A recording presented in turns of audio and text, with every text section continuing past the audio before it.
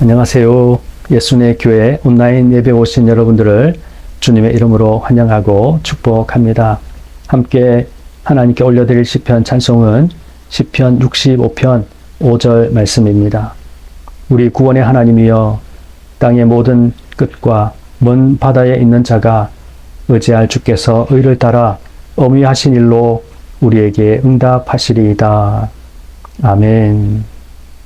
오늘 하나님께서 우리에게 주시는 말씀은 히브리서 11장 29절 말씀입니다. 믿음으로 그들은 홍해를 육지같이 건넜으나 애굽 사람들은 이것을 시험하다가 빠져 죽었으며. 아멘.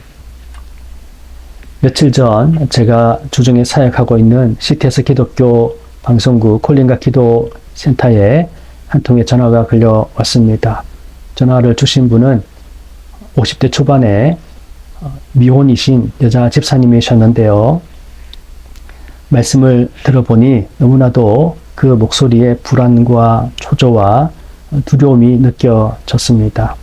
어떻게 살아가야 할지 너무나도 삶이 막막하다고 고백하는 것이었습니다. 이야기를 들어보니 현재 다니던 직장도 잃어버린 상태고 공황장애로 약을 복용하는 중에 약물 부작용으로 건강 상태가 아주 나빠진 상태였습니다. 만날 친구도 다 관계가 끊어진 상태라고 이야기하였습니다. 설교를 들어도 말씀을 보아도 들리지 않고 또 말씀이 마음에 와닿지 않는다는 그와 같은 고백을 하였습니다. 사방이 다 막혀 있고 너무나도 힘들고 답답해서 전화를 주셨던 것입니다. 제가 한참을 이야기 듣다가 이 집사님께 이렇게 말씀을 드렸습니다. 집사님, 왜 이 땅에 하나님의 독생자 예수님께서 오셨는지 아십니까? 바로 집사님을 구원하시기 위해서 이 세상에 오셨습니다. 우리 인생은 누구나 다 집사님처럼 초조하고 불안하고 두려워하고 갈팡질팡하고 이렇게 살아가는 존재입니다. 중요한 것은 집사님께서 예수님을 나의 구세주로 믿느냐, 믿지 않느냐 하는 것입니다. 제가 집사님께 질문을 드리겠습니다. 집사님, 예수님을 나의 구세주로 믿으십니까? 제가 질문을 드렸더니 믿습니다. 예수님을 나의 구세주로 믿습니다. 이렇게 고백하는 것이었습니다. 제가 그때 이 집사님께 다시 말씀을 드렸습니다. 집사님, 예수님을 믿으면 예수님 믿는 그 순간부터는 집사님은 생각을 달리 하셔야 됩니다. 지금까지는 내 생각과 내 관점과 내 가치관으로 지금 현재 문제를 바라보고 상황을 바라보고 살았지만 예수님을 믿는 그 순간부터는 예수님의 눈으로, 믿음의 눈으로 상황을 바라보셔야 됩니다. 육의 눈이 아니라 영적인 눈으로 상황을 바라보시면 상황이 전혀 달라지게 됩니다. 그렇게 말씀을 드렸습니다. 그렇게 불안해하고 초조해하던 답을 몰라 하던 그 집사님께서 이렇게 말씀하시는 거예요. 목사님, 이런 세계가 있군요. 영적인 눈이 있군요. 믿음으로 바라보는 세계가 있군요. 지금까지 저는 그 생각은 못했습니다. 이렇게 고백하는 것입니다. 여러분, 문제가 아니라 내 안에 내가 육신의 눈으로 바라보고 살아가는 것이 문제라는 것을 우리는 기억해야 하는 것입니다. 430년간 애굽에서 종살이 하던 이스라엘 백성들이 드디어 이제 종살이를 그치고 6월절을 기점으로 새 출발을 하게 되었습니다. 그들은 하나님께서 인도하시는 곳으로 이제 나아가게 되었습니다. 얼마나 큰 기쁨과 소망과 또 즐거움이 있었겠습니까? 그런데 이와 같은 감정이 그리 오래가지 못했습니다. 그들이 비하히롯이라는 곳에 장막을 쳤을 때 그들은 그곳에서 꼼짝달싹하지 못하는 상황 가운데 빠지게 되었습니다. 애굽왕 바로는 지금 이스라엘 백성들이 비하히롯에 진을 치고 있다는 사실을 알고는 이렇게 이야기합니다. 그들이 광야에 갇혔다. 바로는 즉시 군대를 정예 부대를 모집해서 군대를 그곳에 보내어서 그곳에서 이제 이스라엘 백성들을 다 체포하고 죽이려고 했던 것입니다. 바로 왕은 특별병거 600대와 또 애굽의 모든 병거를 이스라엘 백성들이 지금 모여있는 비하히롯으로 보내게 되었던 것입니다. 앞에는 홍해 바다가 가로놓여 있었습니다. 홍해 바다는 최대 길이가 약 2200km, 최대 폭은 300km, 평균 수심은 약 490m, 최대 수심은 약 2200m나 되는 큰 바다였습니다. 그들에겐 배도 없었고 헤엄쳐서 건너갈 수 있는 그와 같은 바다가 아니었습니다. 그들 앞에는 홍해 바다가 가로놓여 있고 좌우에는 절벽이 아니면 광야가 길도 없는 광야가 펼쳐져 있었습니다. 지금 뒤에는 애굽 군대 최정예 부대가 모든 병거가 지금 달려오고 있었습니다. 사면 초가 상태였습니다. 이러지도 저러지도 못하고 있는 그와 같은 상황이었습니다. 이스라엘 백성들은 자신들 앞에 놓여있는 홍해 바다를 바라보고 또 좌우에 펼쳐진 절벽과 광야를 바라보고 뒤에서 쫓아오고 있는 이 애굽 군대를 바라보면서 완전히 절망하게 되었습니다. 출애굽기 14장 12절에 보면 온 이스라엘 백성들이 이와 같은 고백을 하게 되었습니다. 애굽 사람을 섬기는 것이 광야에서 죽는 것보다 낫겠다. 이 고백은 믿음의 고백이 아닙니다. 두려움과 불안과 공포에 사로잡혀서 그들은 애굽 사람을 섬기는 것이 광야에서 죽는 것보다 낫겠다. 이와 같은 고백을 하였던 것입니다. 하나님을 원망했고 지도자 모세를 원망하기 시작했던 것입니다. 온 이스라엘 백성들의 입술에서 이와 같은 육신의 생각, 육신의 눈으로 그 상황을 바라보고 판단하고 그와 같은 고백을 했던 것입니다. 여러분, 왜 하나님께서 이와 같은 상황을 이스라엘 백성들에게 허락하셨을까요? 그냥 애굽을 떠나서 평안하게, 안전하게, 아무 문제 없이 약속의 땅으로 가면 얼마나 좋겠습니까? 그런데 하나님은 그렇게 하시지 않으셨습니다. 평탄한 길이 아니라 앞에는 홍해가 가로막혀 있고 광야가 펼쳐져 있고 애굽 군대로 하여금 쫓아오게 만드셨다는 사실입니다. 왜 이렇게 하셨을까요?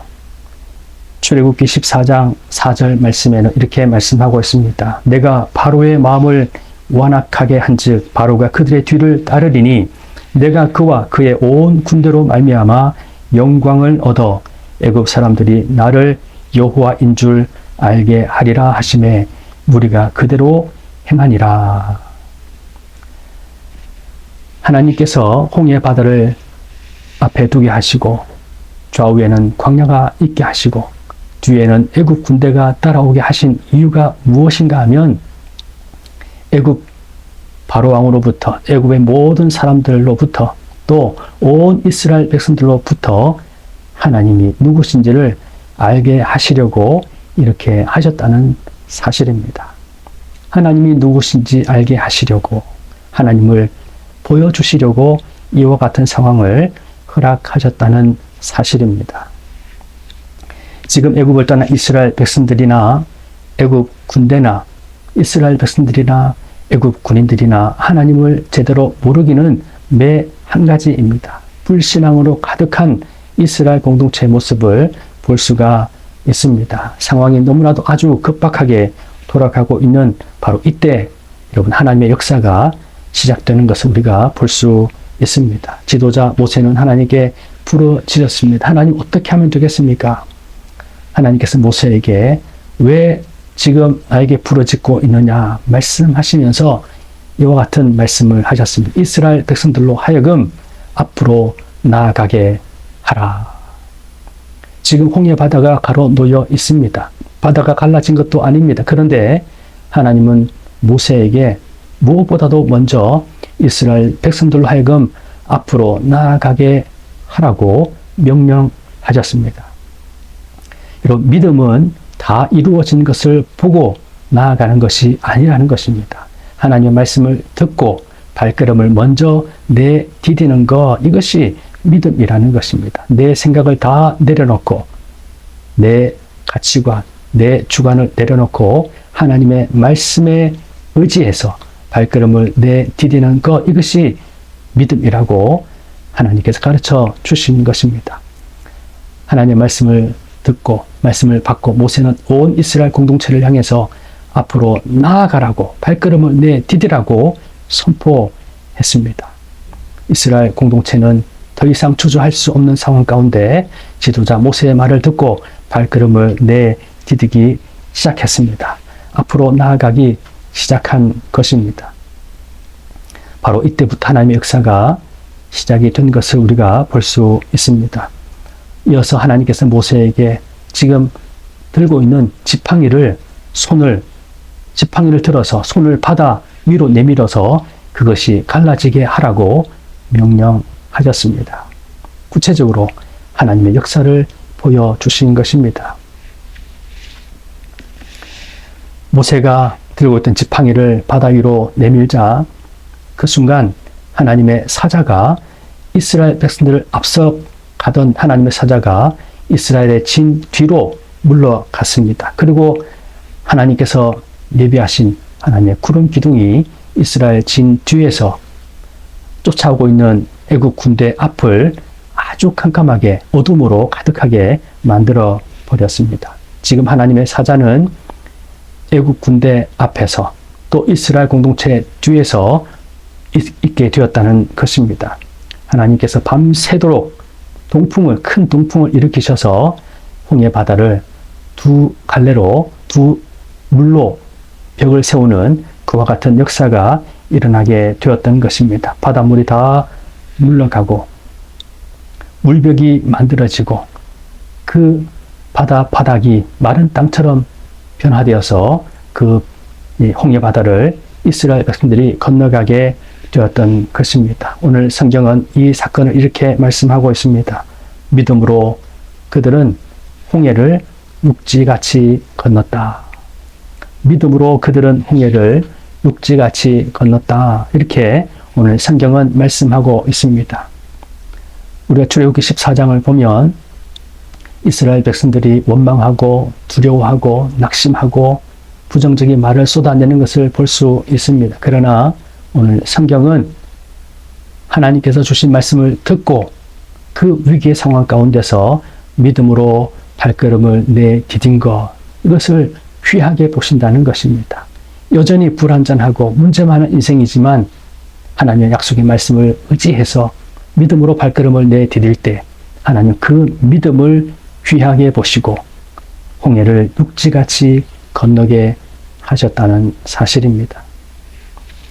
홍해를 건너기 전에 그들은 두려웠고 또 원망했고 후회했습니다. 불평했습니다. 그러나 그와 같은 모습을 하나님은 다 감추어 주시고 그들이 하나님 말씀에 순종하여서 믿음으로 발걸음을 내디딘 것을 귀하게 보셨다는 사실입니다. 믿음은 하나님께로부터 온 선물입니다. 신약성경 고린도전서 10장 1절 2절 말씀에 보니까 이렇게 말씀하고 있습니다. 형제들아, 나는 너희가 알지 못하기를 원하지 아니하노니 우리 조상들이 다 구름 아래에 있고 바다 가운데로 지나며 모세에게 속하여 다 구름과 바다에서 세례를 받고. 지금 이스라엘 백성들이 홍해 바다를 건넌 사건을 가리켜서 세례를 받은 사건이다. 그렇게 말씀하고 있습니다. 이스라엘 백성들이 믿음으로 홍해 바다를 건넌 사건은 세례받은 사건이라는 것입니다. 애굽에 속했던 옛사람을 온전히 청산하고 이제는 하나님만 믿고 바라보는 하나님의 백성으로 나아가는 새로운 출발의 사건, 이 사건이 바로 이 홍해 바다를 건넌 사건이라는 사실입니다. 옛사람을 온전히 청산해 버리는 사건이 바로 홍해 바다 사건이라는 것입니다. 이스라엘 백성들이 홍해를 다 건넜을 때 애굽 군대도 홍해 바다 가운데로 들어갔습니다. 똑같은 상황입니다. 이스라엘 백성들이 먼저 애굽 홍해 바다를 들어갔고 또 홍해 바다를 무사히 안전하게 건너게 되었습니다. 그러나 애굽의 군대가 홍해 바다에 들어간 그 외적인 상황은 동일한 상황이지만 홍해 바다에 들어간 동기는 이유는 전혀 달랐던 것을 볼 수가 있습니다. 오늘 성경에서는 이렇게 해석하고 있습니다. 애국 사람들은 이것을 시험하다가 빠져 죽었으며 애굽의 군대는 왜 홍해 바다로 들어갔습니까? 길이 열려진 것을 보고 그들도 자신만만하게 이스라엘 백성들을 죽이기 위해서 그곳으로 들어갔습니다. 그들이 그곳에 들어간 것은 그들의 완악함 때문에 그곳으로 들어간 것입니다. 이스라엘 백성들을 죽이기 위해서 하나님을 대적하기 위해서 그들은 그곳으로 들어갔던 것입니다. 믿음으로 들어간 이스라엘 백성들과 자신의 욕심과 자신의 완악함과 하나님을 대적하기 위해서 홍해 바다로 들어간 애국 군대와는 전혀 다른 모습이었던 것을 우리가 볼 수가 있습니다. 그들이 홍해 바다 중간에 들어갔을 때 하나님께서는 물을 다 한 곳으로 합치게 하셨습니다. 한순간 그들은 홍해 바다에서 수장되고 말았습니다. 같은 길을 걸어갔지만 결과는 전혀 달랐던 것을 우리는 말씀을 통해서 알게 됩니다. 믿음으로 나아가는 자는 반드시 그곳에 생명의 역사가 있습니다. 그러나 믿음이 아니라 자신의 교만함으로 하나님을 시험하려고 나아가는 자에게는 그 결말이 비참하고 멸망의 길로 나아갈 수밖에 없다는 것을 성경은 우리에게 말씀하고 있습니다. 같은 길, 전혀 다른 결말을 성경은 보여주고 있습니다. 여러분, 믿음은 생과 사의 문제라는 것을 우리는 반드시 기억해야 합니다. 예수님께서 이 세상에 인간의 몸을 입고 오셨습니다. 예수님께서 이 세상에 오셔서 세례를 받으셨습니다. 여러분, 세례는 죄인이 받는 것입니다. 죄의 사함을 받기 위해서 세례를 받는 것입니다. 그런데 죄 없으신 예수님께서 왜 세례를 받은 것입니까? 로마서 6장 3절 말씀에 보면 무릇 그리스도 예수와 합하여 세례를 받은 우리는 그의 죽으심과 합하여 세례를 받은 줄을 알지 못하느냐. 여러분, 세례는 옛사람을 청산하는 것, 옛사람이 죽는 사건이 바로 세례가 주는 메시지입니다. 예수님께서 세례를 받으셨다는 사실은 예수님의 십자가 사건과 일맥상통하는 것입니다. 예수님께서 자신의 생명을 버리시기 위해서 이 세상에 오셨다는 것을 세례를 받으심으로 친히 보여주신 것입니다. 그리고 실제로 예수님은 십자가에 달려 죽으셨고 다시 부활하셨습니다. 우리 옛사람을 친히 주님이 다 담당하셔서 죽으시고 영화로운 몸으로 부활하신 것입니다. 그러므로 누구든지 예수 그리스도를 구세주로 믿는 자에게는 예수님의 그 부활의 역사가 오늘 우리의 역사가 된다는 사실입니다. 옛사람의 눈으로 인간의 생각과 가치관으로 자신이나 환경이나 세상을 바라보는 것이 아니라 믿음의 눈으로, 예수님의 눈으로, 하나님의 눈으로 자신을 바라보고 세상을 바라보고 살아갈 때 하나님의 뜻이 오늘 우리의 삶 가운데 이루어지게 된다는 사실입니다. 그리고 바로 그곳에 하나님께서 주시는 풍성한 생명의 역사가 있다는 것을 성경은 말씀하고 있습니다. 그러므로 여러분, 육신의 생각은 멸망하게 하는 것입니다. 세상의 생각은 우리를 멸망으로 인도하지만 예수 그리스도를 믿는 믿음으로 주님께서 우리를 통치하시고 다스리시는 그 삶을 살아간다면 반드시 하나님께서 구원의 길로, 생명의 길로 우리의 발걸음을 인도해 가실 것입니다. 예수님을 구세주로 믿으십니까? 예수님의 영이 여러분 안에 함께하고 계십니다. 성령께서 인도하시는 대로 순종하고 믿음으로 발걸음을 내딛고 나아갈 수 있기를 바랍니다. 반드시 홍해가 갈라지는 역사가 있을 것이고 구원의 역사를 경험하게 될 것입니다. 이 복음을 증거하며 나누며 살아가는 복된 인생 다하시기를 주님의 이름으로 축원드립니다. 기도하겠습니다. 하나님 아버지, 감사합니다. 우리 앞에 펼쳐져 있는 홍해를 바라보며 낙심하고 절망하고 원망하는 인생 살지 않게 도와주시고 오직 하나님의 말씀을 신뢰함으로 예수 그리스도를 믿음으로 발걸음을 담대하게 내딛는 믿음의 사람들이 다 될 수 있도록 인도하여 주옵소서. 구원의 하나님, 생명의 하나님을 바라보는 믿음의 삶이 되게 도와주옵소서. 육신의 생각은 참으로 영원히 멸망할 수밖에 없음을 고백합니다. 주님, 내 생각과 내 주관을 쫓아 살지 않게 도와주시고 우리 안에 거하셔서 우리의 머리 되시고 우리를 통치하시는 예수 그리스도 안에 온전히 거하게 도와주시고 성령께서 인도하시는 그 걸음을 걸어갈 수 있도록 인도하여 주옵소서. 하나님을 노래하고 하나님을 찬송하고 옛사람을 온전히 벗어버리고 주와 동행하는 삶이 되어서 하나님의 뜻이 이루어지고 주의 영광이 나타나는 복된 인생 되게 하여 주옵소서. 우리 자신과 가정과 교회와 우리 나라와 민족과 온 세계 열방 가운데 하나님의 뜻이 이루어지기를 간절히 원합니다. 주여 함께하여 주시고 은혜와 자비를 베풀어 주옵소서. 이제는 우리 구주 예수 그리스도의 크신 은혜와 하나님 아버지의 무한하신 그 크신 사랑과 성령의 교통하시며 역사하시며 충만하심이 예수님의 교회 모든 구독자들과 함께 예배하는 모든 주의 백성들 위에 이제부터 영원토록 함께 하옵시기를 간절히 축원하옵나이다. 아멘.